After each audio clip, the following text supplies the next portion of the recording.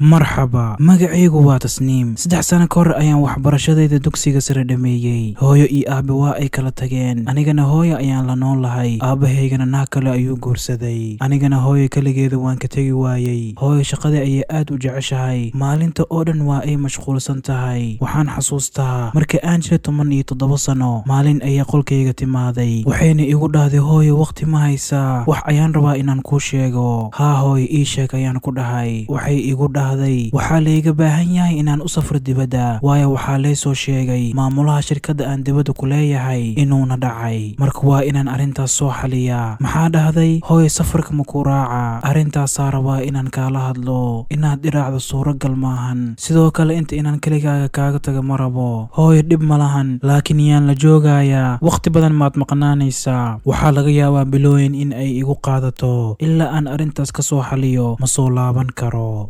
laakiin waxaan kuu sheegayaa aabahayga inaan la joogaynin waan ogahay gabadhayda abtigaaga agtiisa ayaan ku geynayaa ilaa aan safarka ka soo laabtana meesha ayaad joogaysaa meeshaasna waa aamin mana kaa murgaayo hooyo runtaada miya meesha maa aadayaa aad ayaan u faraxsanahay waan ogahay inaad ku farxayso marka aad yarad meesha si adag ayaan kaaga soo waday haa hooy waan xasuustaa maalintaas waan isa soo diyaarinaa haye ciyoob isa soo diyaari waqti ma haysto berita ayaan diyaarada ku qoranahay haye hooyo waan ku soo bootinaa kadibna anna waan baxayaa maya aniga ayaa ku wadaayo abtigaaga ayaa isoo bootinayo haye hooyo laakiin ha hilmaamin maalin walba inaad isoo wacdo haye gabadhaydi ma hilmaamayo daqiiqada ayaa ka soo wareegay abti meeshiisa ayaan gaarnay abti asigana waa qof aad u mashquul badan dhulal iyo beero ayuu leeyahay wuxuu nagu dhahay hooyada iyo gabadheeda way yimaadeen walaalkayga ii waran see tahay waa fiicanahay waa ku faraxsanahay imaatankiina see tahay abti ayaan ku dhahay abti ayaa igu dhahay soo dhawo yariisteyda waan idiin xiisay sanada ayaa ka soo wareegay intaanan is arag aniga xitaa waan kuu xiisay tasniim waa gabadhaada mana kula dardaarmaayo laakiin ii sheeg haddii ay ku dhibto tasniim waa gabadhayda looma baahna inaad wax ii sheegto anaa ilaalinayo waan ogahay midaas walaalkayga waxaa la gaari rabaa waqtii diyaaradayda ay bixi lahayd marka waan sii baxayaa hooyo ayaan soo bootinay ani iyo abti kadibna nuura gabadha abti iyo walaalkeeda cumar ayaa dalxiis ii waday waqti aad u fiican ayaan soo wada qaadanay maalinta ku xigtay waxaan aadnay beerta abti meesha ayaan waxaan ku arkay wiil da ahaan iga weyn 2 sano oo lagu magacaabo karam beerta ayuu ka shaqaynayay qof fiican oo dadka dhan si wanaagsan ula dhaqma oo ixtiraam badan ayuu ahaa waxaan rabay inaan barto laakiin cumar ayaa ii diiday wuxuuna igu dhahay tasniim mar kale haddaad la hadasho eedda ayaan kuu sheegayaa waxaan ku dhahay adi maxadsaan igu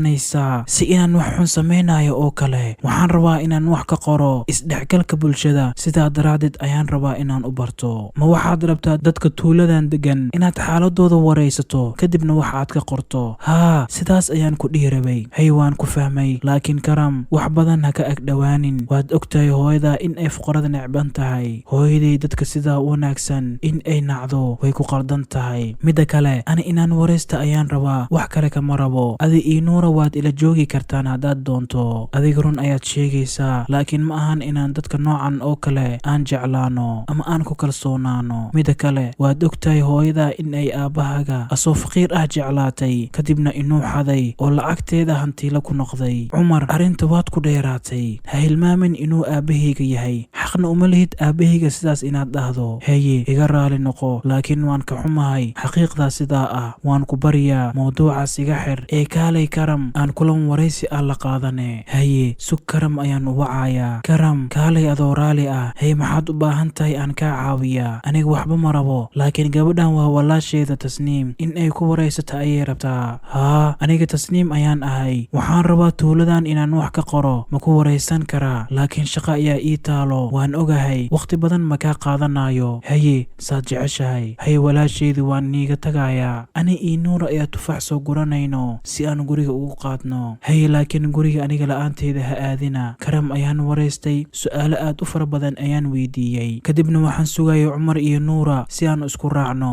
waqti badan ayaa ka soo wareegay iima imaan tasniim wiil halkan maad joogtaa haa cumar iyo nuura ayaan sugayaa waxaan u malaynaa in ay baxeen beerta cid joogta ma lahan laakiin cumar waxaan ku dhahay hayga tegina, waan israacaynaa, dhib malahan anaa guriga ku wadayo. haye aadaa u mahadsan tahay. maalmo iyo bilooyin ayaa kasoo wareegay, aniga iyo karamna isku soo dhowaanshaheena maalinba maalinta ka dambaysa wuu badanayay. cumarna arrinteena ayuu dareemay, beerta inaan aado ayuu ii diiday. maalin ayuu igu dhahay, aniga markii hore ayaan kuu sheegay karam ha ka ag dhawaanin ayaan ku dhahay, laakiin waan awoodi waayey. karam ayaan jeclaaday, ma i dhihi rabtaa? haa, sidaas ayaan u malaynaa. maya, ma dhici karto midaas, aniga yaraanteeda ayaan ku jeclaa, haddana inaan ku guursadaan rabaa. cumar, waan ka xumahay, arrintaas ma kugu waafaqsani. karam ayaan aaday, wuxuuna ii sheegay 2 sano kadib inuu digtoor noqonayo, kadibna i guursanayo. hooyo ayaa safarka ka soo laabatay. arrintii karamna marka loo sheegayna aad ayay u xanaaqday. magaaladeena ayay ii soo kaxaysay, waxayna ii diiday inaan mar kale tuulada aado. sidaas ay tahayna waan hilmaami waayey karam. bilooyin kadib, marka ay jaamacadda ay ii dhammaatay, ayaa hooyo igu dhahday, isdiyaari, qof ayaa kusoo doonanayo si uu kuu guursado. waan ka diiday inaan la kulmo, laakiin hooyo waa ay ku adkaysatay. galabtii marka la gaarayna karam ayaa lama filaan layga dhigay. wuxuu ka mid noqday dhakhaatiirta magaalada ugu wanaagsan. marka ay hooyo aragtay jaceylkeena, way nagu waafaqday. sidaas ayaan isku guursanay. jaceylka ma u kala soconaa taajir iyo faqiir. marka ay laba qalbi kulmaanna cid kala dheerayn kartaa ma jiraan. haddii aad janalku cusub tahay, waxaan kaa codsanaynaa like, share, subscribe inaa noo dhahdo.